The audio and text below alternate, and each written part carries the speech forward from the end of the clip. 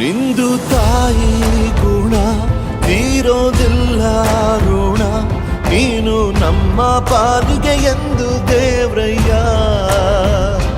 ತಾನು ನೋವ ನುಂಗಿ ಜೀವ ನೀಡೋ ಮಗ, ನಿನ್ನ ಪಡ್ಕೊಂಡಿದ್ದೆ ಪುಣ್ಯ ಗಣಯ್ಯ.